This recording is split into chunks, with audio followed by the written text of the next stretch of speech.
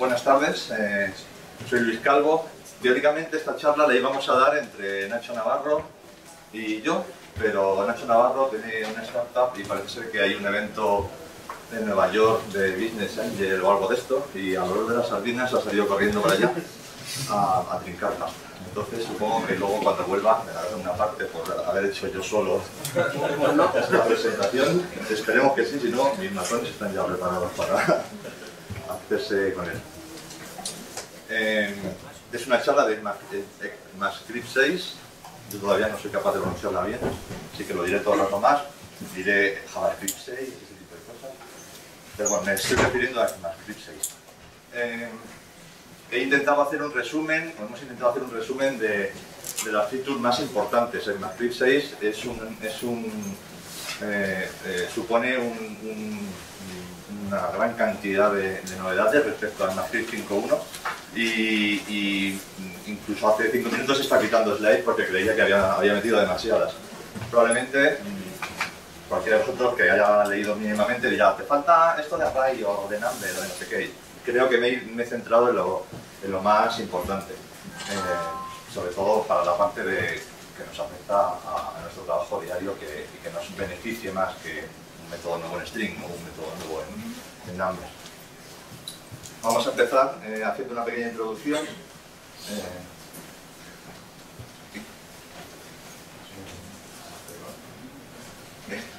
Un poquito de historia rapidita, que casi todos conoceremos, pero bueno, para situarnos un poco. Brendan Eich, en 1995, hace ya muchísimos años, la época de los modem de muy poca velocidad, que nos costaba una pasta conectarnos a internet, los privilegiados, pues crea, Netscape era uno de los reyes del mambo en aquel momento en los navegadores, pues le pone en las manos de Brendan Eich, oye, tenemos que crear algo para que nuestro navegador sea más potente que la competencia. Entonces, Brendan Eich se pone pim pam y creó un lenguaje en 1995 que denominó en primer lugar, o sea, en aquella época Mocha, y luego lo cambiaron por LightScript. Netscape firmó en 1996 acuerdos con Sun Microsystems, que estaba muy arriba porque había creado Java y estaba muy contento con su nuevo producto. Y entonces dice, ¿por qué no cambiamos de LiveScript a JavaScript? Así llevamos un rebufo de Java, y se cambia el nombre y se queda con el distintivo de JavaScript. Y en esa misma época, el otro competidor importante de Netscape, Microsoft, pues crea JScript, que básicamente es, salvo algunos añadidos y algunas mejoras, pues era una copia muy fiel del JavaScript de Netscape.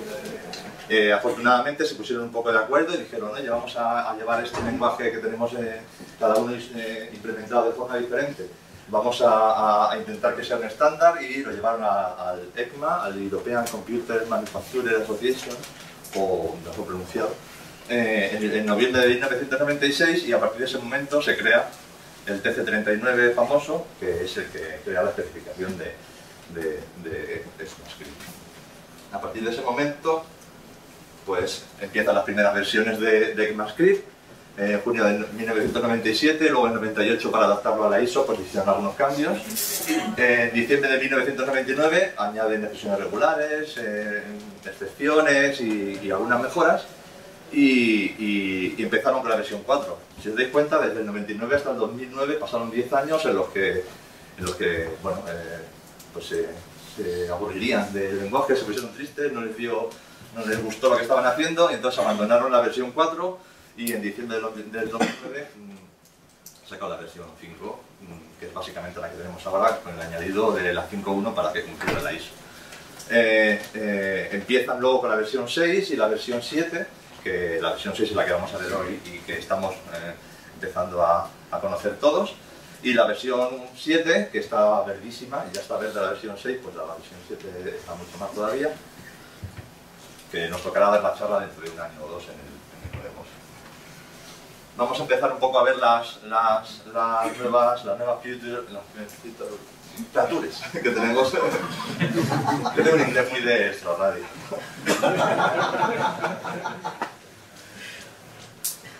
Empezamos por las nuevas variables. la nueva forma de implementar las variables. Aquí arriba, en esta parte azulita de aquí, os he puesto un poco la compatibilidad o la más o menos compatibilidad que podemos utilizar lo que esté explicando en ese momento. A veces aparecerá un asterisco, que eso quiere decir que tenéis que entrar en el modo flag y activar el modo experimental de JavaScript y a lo mejor romper el navegador. Bueno, hasta ahora, cuando queríamos instanciar una constante en JavaScript, pues bueno, como convención poníamos el nombre de la variable en mayúsculas y le poníamos el valor que le quisiéramos asignar. Si luego más adelante queríamos cambiar alguien tocaba esa variable, pues como no era una constante, se modificaba y nuestro gozo en un pozo.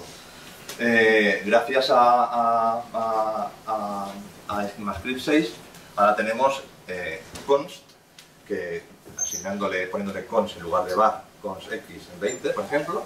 Si luego hacemos un console log, nos saca 20, y si alguien le da por modificar ese valor, pues va a seguir siendo 20. No da ningún warning, no da ningún error, no da ningún nada, no te enteras de que estás tocando una variable constante, así que ahí les ha quedado un poco cojo, creo yo, pero bueno, puedes crear una constante con const. Siempre hago esto. Las variables, pues bueno, como todos sabemos, la forma de declarar las variables era ponerle var y el nombre de la variable y en el ECMAScript 6 tenemos otra forma nueva que es let. Una de las ventajas de let es que define el scope donde esa variable va a poder ser accesible. Entonces, si yo pongo un let c igual a 3, pues cuando salga de estos brackets, pues c no va a salir que no está definida, porque ya estamos fuera de ese bloque. Nos sirve para utilizarla dentro de los bucles for, dentro de if, etc. Se crea una variable ahí, que supongo que luego se borrará de la memoria y desaparece, y hará que todo fluya de forma más fácil. Y lo bueno es que se encapsula el scope en este bloque. Definiciones de métodos. El get y el set. Esto ya lo teníamos ahora mismo en ECMAScript 5. Podemos, dentro de un objeto, BitLoco, con su nombre, y podemos definir con los métodos con un getName o un setName, y luego directamente con BitLoco name devolverá su nombre. En ECMAScript 6 podemos hacer eso mismo, pero podemos directamente poner el name del método, de paréntesis, y dentro de lo que queramos que realice ese método, y luego cuando lo llamemos, pues nos va a sacar las magias que le hayamos metido dentro del método. Además hay nuevas sintaxis de funciones. La función arrow, que es la leche. Tenemos, por ejemplo, tenemos un array de números, y si queríamos acceder a ellos, cogíamos un map y teníamos que crear una función anónima, meter dentro el parámetro lo que va a recibir y ir iterando, pues, para que nos saque el módulo dividido entre dos. Con la función map, pues tenemos igual nuestro array de números, y ponemos nuestro number map igual, le decimos que va a recibir, y con el number crea él internamente por debajo, supongo que creará esa función anónima, y la sintaxis es mucho más elegante que la que hacíamos antes. Esto es un ejemplo muy sencillo, que está todo en la misma línea y que solo tiene una sentencia, pero si por ejemplo tenemos un objeto Jane que tiene su nombre y un método que va a decir hola a un array de amigos que va a recibir, hacemos un for each de esta. Si hacemos esto, aquí nos va a pegar una hostia que nos vamos a quedar fritos, porque estamos accediendo a this name dentro de un for each con el cual el scope ya no es el mismo, y bueno, los chapuzas como yo hacemos un guión bajo this es igual a this y luego lo usamos dentro, pero la gente como vosotros que hacéis las cosas bien hace un binding previamente y lo hace de forma correcta. Lo bueno del objeto barro, o sea, de la función arrow, es que nos hace eso de forma correcta. Ese dis que yo pongo aquí lo hace correctamente, y entonces yo puedo acceder al dis sin tener que haber definido yo previamente el guión bajo o vosotros el guión, ¿vale? Es la maravilla esto. Los valores por defecto. Esto está, igual que muchas cosas que vamos a ver, está en otros lenguajes de programación mucho menos potentes que JavaScript, y ahora gracias a esto lo tenemos disponible nosotros también. Pues bueno, no tiene mucho misterio. Es poner un valor por defecto a un atributo que vamos a recibir en una función.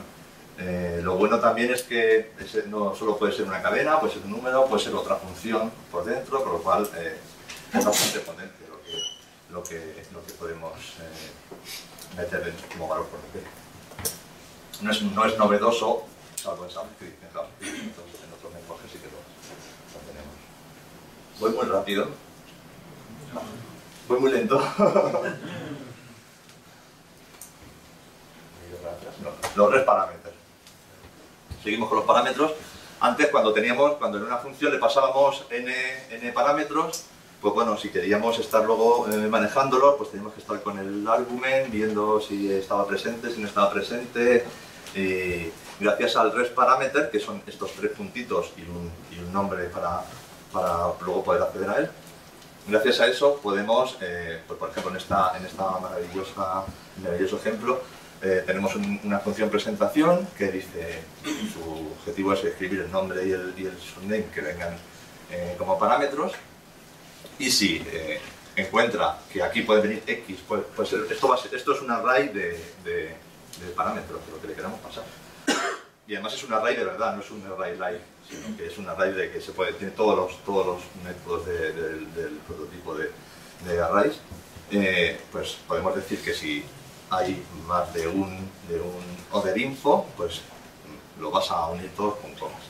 Entonces en este ejemplo de aquí, presentation Juan Rodríguez, mi nombre es Juan Rodríguez, y si pasamos pues a un nombre español desarrollador web, esto lo ha hecho él porque está en otro sitio trincando pasta y me está pisando a mí, pero aquí debería ponerlo.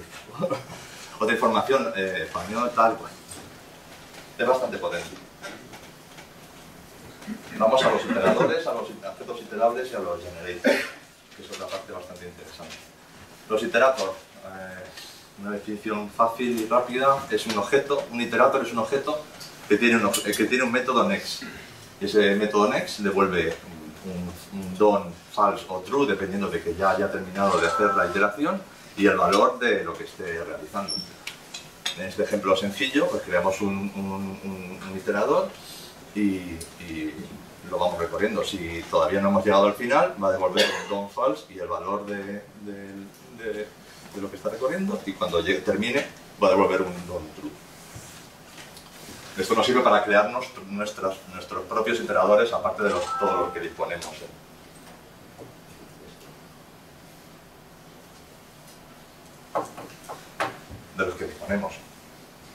Una vez que hemos creado un iterador, también podemos crear objetos iterables. Que esto simplemente, aquí tenemos nuestro iterador, que sería como el que os he enseñado antes, con su return, su next y sus magias, y aquí le asignamos un symbol iterator, que sería este de aquí, para que devuelva ese objeto cuando lo llamemos. En realidad, pues este sería este ejemplo que se he puesto aquí, muy parecido al de antes, que devuelve true cuando haya terminado y false cuando todavía no haya terminado. Esto nos viene muy bien porque el bucle for of, que es un nuevo bucle para iterar que tenemos en SmartScript 6, trabaja sobre objetos iterables como los que acabamos de crear. Entonces podemos crear un objeto iterable como los que hemos estado viendo, pasarle un array y que nos recorra desde X al objeto y nos vaya mostrando todo lo que vaya sucediendo hasta que termine su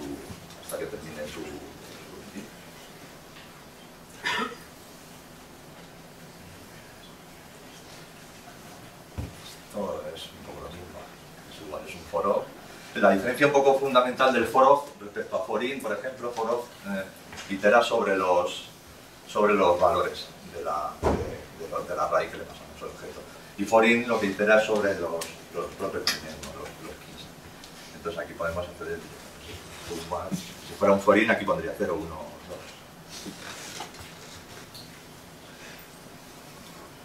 Los generadores básicamente es una función que se puede parar en cualquier momento y reanudarse cuando nosotros queramos y se acuerda del valor en el que se ha parado, recuerda el punto en el que se ha parado y sigue a partir de ahí. En realidad lo que genera el generador genera objetos iteratos directamente. Cada vez que encuentre un yield, esto va a ser como un return y va a devolver y se va a parar ahí el generator. Cada vez que queramos definir un generador, utilizamos function como siempre, asterisco, y esto ya es un generador.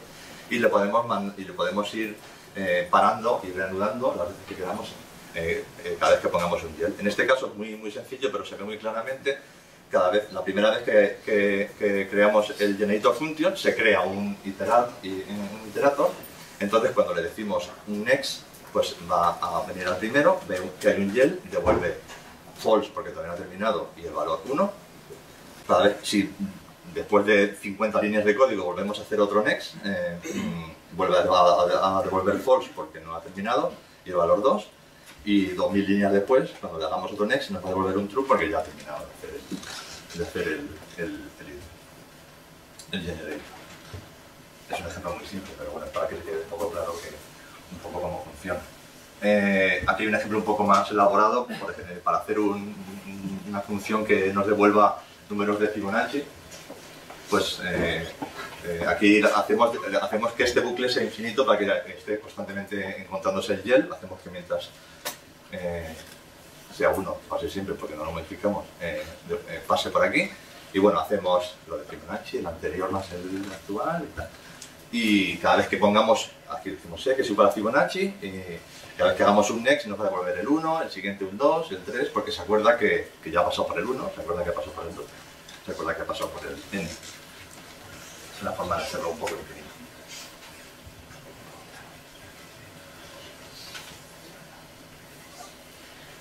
Nuevos métodos de array, puede que esto haya borrado.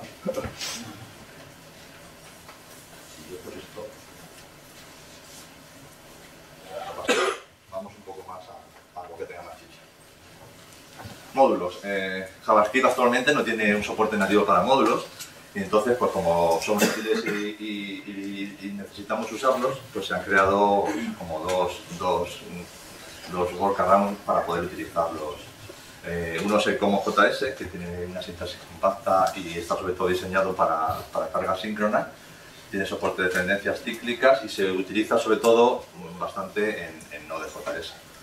Y luego está AMD, que es una sintaxis un poco más complicada, que es carga síncrona, no soporta dependencias cíclicas y se utiliza pues, bueno, con browser, gracias a Require.js. Esto sería lo que se pretende, es que esas dos formas de como JS o Require.js pues se estén de forma nativa dentro de JavaScript y no tengamos que estar utilizando otros externos. Entonces, por ejemplo, en nuestro fichero libjs creamos una constante, o sea, exportamos una constante y una función square y una función la que nos dé la gana, y luego desde cualquier otro fichero hacemos un import del square que hemos puesto aquí, del fichero libjs, y luego lo usamos de square. Y bueno, hay muchas, le podemos decir square as no sé qué, y entonces le podemos asignar un nombre a square y entonces podemos cambiar la forma de llamar al objeto que hemos importado. Eso si lo queremos hacer de 1 en 1 o de 3 en 3, si queremos bajarnos, importar todo, pues le ponemos un asterisco desde lib y se baja todos los spots que haya en ese fichero. Hay un default en los módulos para que solamente pueda haber un export por módulo. Entonces eso, si nosotros creamos, antes hemos puesto un nombre función pt, bueno, aquí haces un default function, metes aquí todo lo que queramos poner y luego ya lo podemos llamar nosotros como queramos y va a coger por defecto lo que venga en .js.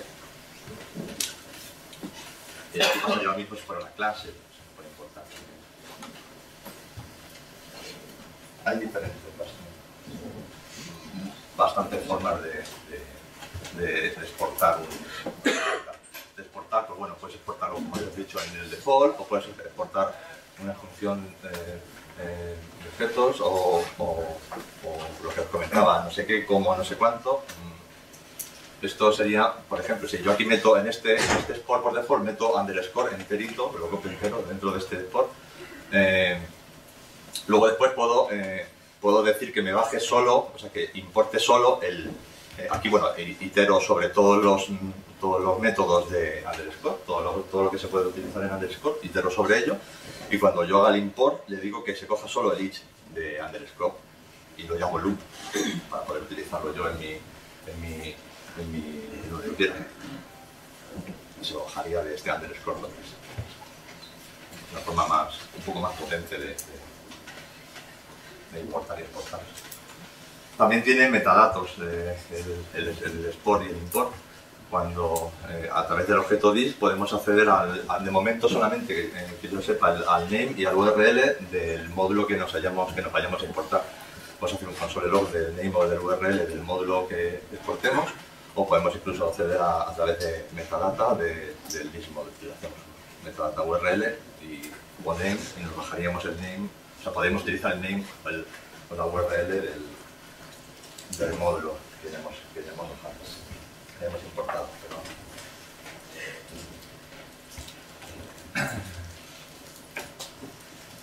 Esto, lo que os está hablando un poco es más de la parte de síncrona, ¿no? También esta parte que vamos a ver ahora es la de carga de módulos para cargarlo de forma asíncrona dentro de una etiqueta script en un fichero HTML que tengamos. Entonces aquí hacemos un import y esto nos va a devolver una promesa que cuando tengamos eso importado, ese fichero o ese módulo, pues va a generar, hacer lo que le digamos, o si nos salta un error nos va a marcar o sacar un alert o algo. Si quisiéramos saber varios módulos, pues tendríamos que acceder directamente a promise all y definir todo para luego tener el resultado de la promesa en cada uno de los módulos que queremos importar. Esto es lo bueno, es que lo puedes utilizar en la etiqueta script y que es de forma síncrona. Y lo anterior es para utilizarlo un poco esto de módulos dentro de módulos. Esto es más aparte browser. Beneficios, pues bueno, tiene una sintaxis elegante. Pero bueno, es más elegante. Soporta dependencias cíclicas, puede trabajar asíncrona y síncronamente. Y bueno, logramos conjugar un poco los como JS y require, la parte MD y la parte más de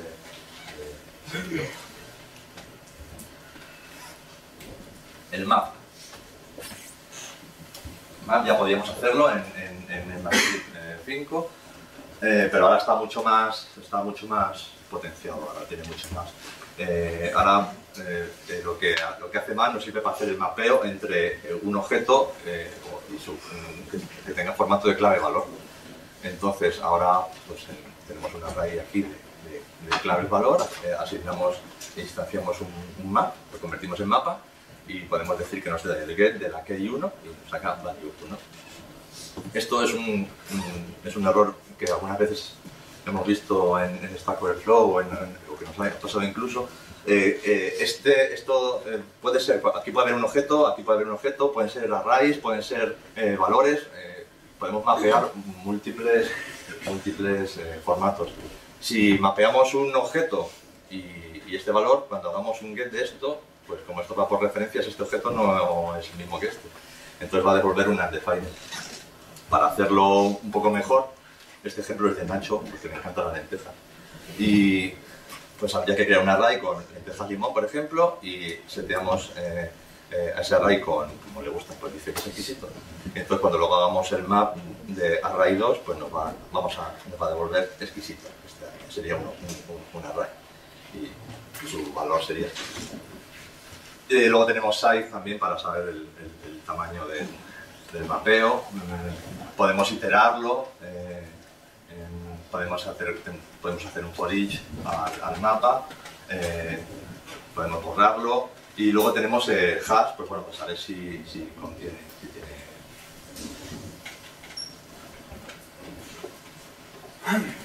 clases y subclases. Bueno, esto está un poco también en otros lenguajes de programación. Pues podemos hacer clases, extenderlas, crear subclases y de todo. Tenemos una clase person, en este caso un constructor y un método describe.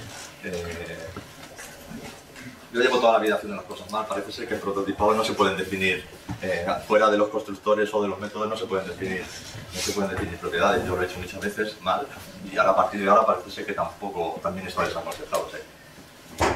Tendré que acostumbrarme a hacer las cosas bien.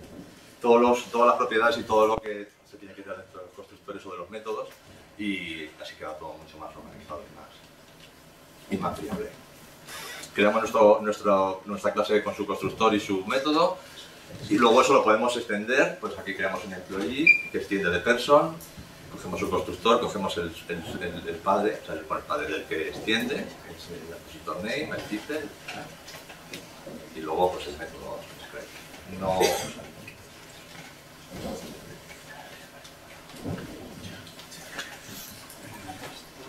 pues eso, uso de class, pues como en otros lenguajes de programación. New employee, le pasamos los parámetros, podemos hacer el span sort y llamar a los métodos de la forma con el punto y los parámetros.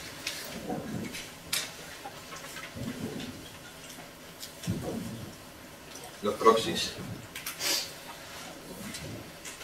Un proxy es un interceptor, ¿no? Es como un escuchador de objetos.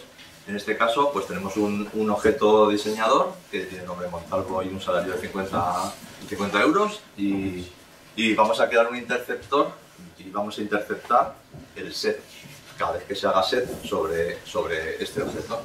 Entonces, cada vez que se haga set en este objeto, nosotros vamos a interceptarlo y vamos a mostrar por pantalla porque nos gusta mostrar cosas por pantalla. Vamos a mostrar que la propiedad ha cambiado y vamos a mostrar el nuevo valor. En el receiver property lo que hacemos es que realmente cuando alguien haga un set, se setee las cosas, no se quede parado. Y luego después, cuando ya tengamos esto, decimos que creamos un nuevo proxy que va a afectar al diseñador y que se llama interceptor. Cuando hagamos un diseño, queramos subirle el sueldo a Montalvo de 50 a 60 euros y veamos que ya se lo merece, entonces le ponemos 60 y nos va a salir por pantalla que el salario ha sido cambiado a 60. Aparte del set, podemos interceptar muchísimo más. El get, el set, el hash, el delete, el iterate, el keys, son un poco los más comunes que vamos a necesitar. Pero vamos, hay un porrón de proxies. Y esto es un poco lo que quería presentaros. Me he dado cuenta que se han quitado demasiadas cosas. Fuentes y recursos hay cientos y cientos y cientos. Pero vi este post de Adios Money en el que venían la mayoría de ellos, entonces para no tener que ponernos ahí todo el chorizo, pues os pongo ese, que ahí hay recursos de todo para que podáis continuar esta charla, que más que nada era un poco introductoria. Fuentes de donde he sacado todo esto, pues he ido sacando de esto que está aquí. Y esto es todo. Espero que no me cosáis a preguntas muy difíciles. Y pues me queda un poco corto aquí. No sé si tenéis alguna pregunta, algo que... ver las funciones de las campañas. Las funciones de array, bueno, sí, no son... Sí. A ver, están bien, pero...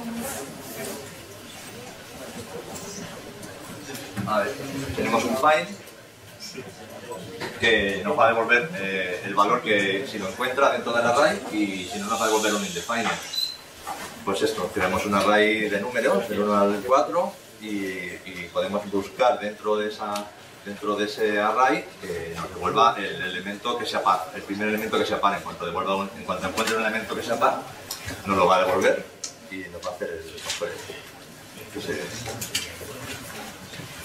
Está bien. Esto sería fine index, sería lo mismo, lo único que lo que nos va a devolver, en lugar de devolvernos lo que ha encontrado, nos va a devolver el index of, la posición en la que se encuentra ese elemento. Sería igual, index of, metemos la función, pero devuélvenos la posición del elemento que sea par. Y en cuanto encuentre un elemento par, nos lo da así por pantalla, que nos da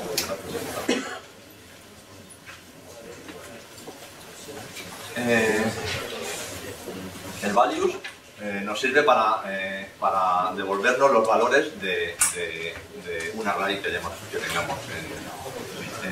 Tenemos nuestro array 835 tal cual, hacemos un array value y nos imprime de forma iterada uno detrás de otro 8, 25, 43 y 14. Muy bien, pues nada, muchas gracias.